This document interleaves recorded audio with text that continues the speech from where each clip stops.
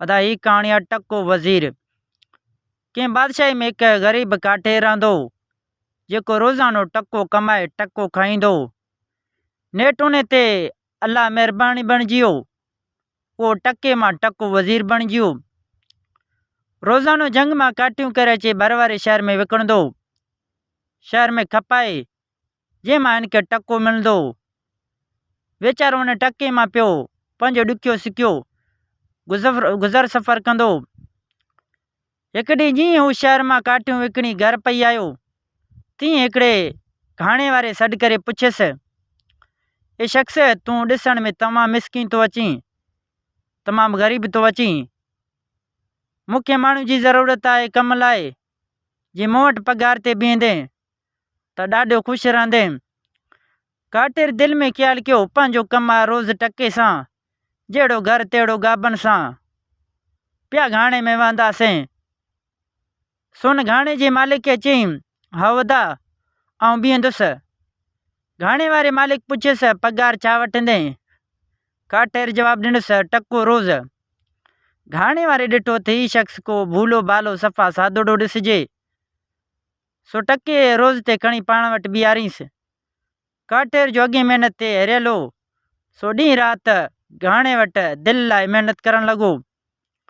हूअं घाणे वारो मालिक घाणे में खड़ जूं 2-3 बोरियूं लहंदो, सो काठेर जे अचण खां पोइ 2-3 बोरियूं लहण लॻा। थींदे थींदे उहा घाणे वारो मालिक शाहूकार थी पियो, पर ही वीचारो काठेर उहो रोज़ानो टको कमाईंदो ऐं हुनखे टको ई मिलंदो। ऐं ईअं केतिरा ॾींहं गुज़री विया।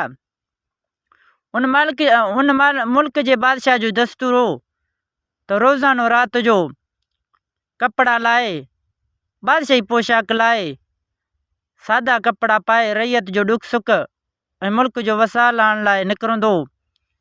पहिरियां जॾहिं बादशाह उन घाणे वारे मालिक जे घर वटां लंघो हूंदो हो, उतां गुज़रंदो हो त हुनजो घर कखऊं ॾिसंदो ऐं हिन जो घाणो कॾहिं वहंदो कोन ॾिठईं, कॾहिं बीठो हूंदो। थोरे ॾींहंनि खां पोइ बादशाह उन घाणे वारे जे कखनि झुपड़ी बदिरां उते हिकु आलीशान पक्सरी जॻह ॾिठी, हिकु पको घर ॾिठो, घाणो वहंदो ॾिठो। नेठि बादशाह बीह रहियो, सो घर अंदरि वियो, सो लंघी अंदरि ॾिठईं त हू घाणे वारो मालिक सुतो पियो आहे। हिकु शख़्स आहे जो घाणे खे लॻो पियो आहे। बादशाह सलाम ॾेई हुन खां पुछियो, शख़्स, तूं हिन घाणे जो मालिक आहीं छा? काठेर जवाबु ॾिनसि, न साईं, घाणे जो मालिक सुतो पियो आहे, आउं हिन वटि पघार ते आहियां। बादशाह पुछियसि, ही तोखे घणो पघार ॾींदो आहे? काठेर चयो, साईं, रोज़ानो टको। बादशाह उहो ॿुधो वाइड़ो थी पियो, परेशान थी पियो। चयईं, ही त हेतिरी सारी महिनत में रोज़ानो टको सिर्फ़। काठेर जवाबु ॾिनसि, साईं, मालिक ख़ुशि त आउं बि ख़ुशि, आउं हुन टके में ख़ुशि आहियां। उहो ॿुधी बादशाह दिलि में चयईं, ही को नेक इंसान थो ॾिसिजे, सो काठेर खे चयईं, मूं वटि नौकिरी कंदे? काठेर जवाबु ॾिनो, साईं, मूं लाइ त ॻाल्हि साॻी आहे, पर मालिक खां इजाज़त वठो, पोइ तव्हां वटि कमु कंदुसि। बादशाह उहा ॻाल्हि ख़ुशी क़बूल कई। घाणे वारे मालिक खे उथारी खणसि काठेर जी इजाज़त वरितईं। भला घाणे वारो बादशाह खां कीअं थो कंधु कढाए सघे, सो हथ ॿधी बीह रहियो ऐं काठेर खे ख़ुशी सां इजाज़त ॾिनई। जॾहिं बादशाह काठेर खे वठी उते हलियो, हकलींदो ओरींदो, तॾहिं हिन खां पुछियईं, पघार छा वठंदे? काठेर जवाबु ॾिनो, साईं, टको रोज़। तॾहिं बादशाह खिली काठेर खे चयो, चङो मियां, अॼु मां तुंहिंजो नालो ई मटाए मियां टको रखियो आहे। तुंहिंजो कमु सिर्फ़ु उहो आहे जो राति जो माला ते पहरो ॾींदे। काठेर उहा ॻाल्हि क़बूल कई। पोइ रोज़ ॾींहं जो आराम कंदो ऐं राति जो माला ते पहरो ॾींदो। ईअं केतिरा ॾींहं गुज़री विया। हिकिड़े राति अहिड़ो अची वाक़ियो बणियो जो जीअं ई पहरो ॾेई रहियो त तीअं परे खां रड़नि जो आवाज़ु ॿुधईं। काठेर रड़नि जो आवाज़ ते कन खड़ा कया, पंहिंजो डंडो संभाले तयारु बीह रहियो। जितां रड़नि जो आवाज़ पई आयो, ओॾां रवानो थियो। अकबर उथी ॾिसे त रड़नि जो आवाज़ माला जे पासे वारे फांसी घाट मां पियो अचे। ही बंदर फांसी घाट में लंघी वियो। ॾिसे त हिकु वणु आहे जंहिं ते हिकिड़ो छोकिरो पियो लड़के ऐं हेठां हिकिड़ी माई बीठी रड़ियूं पियो करे। अची माई वटि पहुतो, पुछईंसि माई छो थी रड़ियूं करीं? माई जवाबु ॾिनसि, हीउ मुंहिंजो पुटु आहे जंहिंखे बादशाह जे फांसी ॾिनी आहे। हाणे आउं मुंहुं ॾिसणु आई आहियांसि, पर हीउ तमामु मथे आहे, आउं मथे पहुची नथो सघां। हाणे मूंखे का मदद कर, ॿिली मुंहिंजी का मदद कर। मियां टके चयुसि, चङो माई, तूं मुंहिंजे कुलनि ते चढ़ी छोकिरे खे लाह। तूं छोकिरे खे खणी लाहे वठि। त पोइ हिन माई खे कुलनि ते चाढ़ियो, सिधो उते बीठो। माई छा कयो जो छोकिरे खे क़ाबू झले, उते जो उते हिन जो हाँ कढी वरितईं। जॾहिं हेठि मियां टके ते छोकिरे जी रत जा फुड़ा अची किरिया, तॾहिं कंध मथी खणी ॾिसे मार लठ हिन ॾाइण छोकिरी जी हाँ कढी वरितो, पर तेसि ताईं ॾाइण हिन जे कुल्हे तां लही वठी भॻी।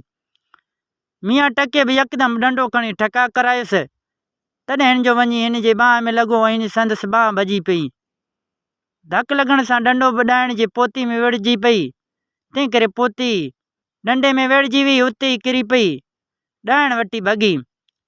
मियां टके खे ॾाइण जो भॼी वञण जो ॾाढो ख़्यालु थी बीठो, पर करे बि कुझु न सघियो। लाचार माट करे उहा पोती खणी जी वापसि मुंहिंजे माॻ ते आयो। सुबुह जो हिन पोते खणी उते बादशाह खे ॾिनई, राति वारी सॼी हक़ीक़त बि ॿुधाईंसि। बादशाह उहा पोती खणी पंहिंजे मालात में वियो। उन बादशाह खे 7 राणियूं हुयूं, 7 ज़ालूं हुयूं। तन जॾहिं अहिड़ी ख़ूबसूरत पोती ॾिठी, तॾहिं हर का चवे थी उहा पोती आउं पायां। नेठि बादशाह बि मुंहिंजी पियो त आख़िर पोती कंहिंखे ॾियां।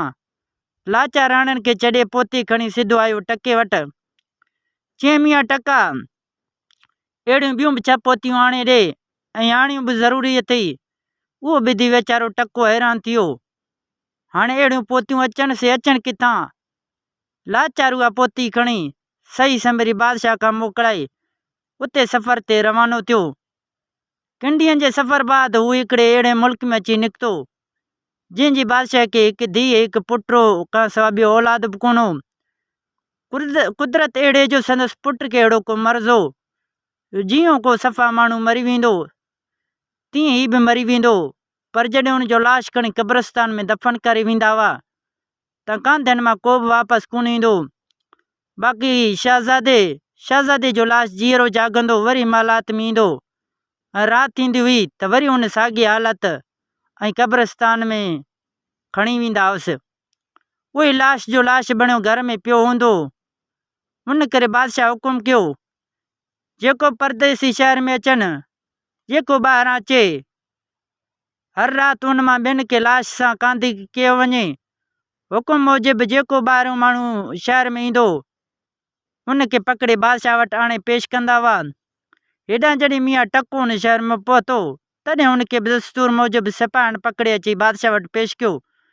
बादशाह वटि हाज़ुर कयईं। बादशाह हुकुम ॾिनो, जेसि ताईं ॿियो को माण्हू हथु अचे, तेसि ताईं हिन खे लाश वारी कोठी में छॾे अचो। पोइ सिपाहियुनि हिन खे वठी वञी शहज़ादे जे लाश वटि कोठी में छॾियो, ॿाहिरां कुल्फ ॾेई छॾियऊं। हीउ वीचारो हैरान, हीउ मूं कहिड़े सां माजरा थी, मूं मिसकिन सां हीउ कहिड़ो हाल थियो, पर आख़िर करे बि छा सघियो। नेठि माठ करे लाश जे पासे में ऊंदाई कुंड में डंडो पासे ते रखी वेही रहियो त थोरे देरि खां पोइ ॾिसे त जाइ जे दरी मां हिकु देह घड़ी आयो ऐं ईंदे शर्त पट ते वेही बगल मां चूपड़ कढी खणी अॻियां रखियईंसि। पुन चूपड़ खे खणी सिधो कयईं त शहज़ादो जीअरो थी उथी वेही रहियो। पोइ खणी देरि ताईं देह वेही रहियो, शहज़ादे सां चूपड़ रांदि कई।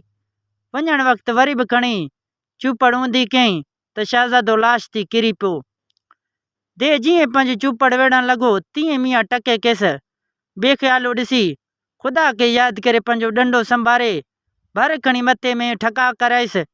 देह जी ओचिती आफ़त ॾिसी अहिड़ो त ख़ौफ़ में विकिणिजी वियो, सो चूपड़ उते ई विसिरी वियुसि ऐं ईअं वठी भॻो जो पतो बि कोन पियुसि। मियां टके उहा देह वारी चूपड़ खणी पाण वटि क़ाबू कयो।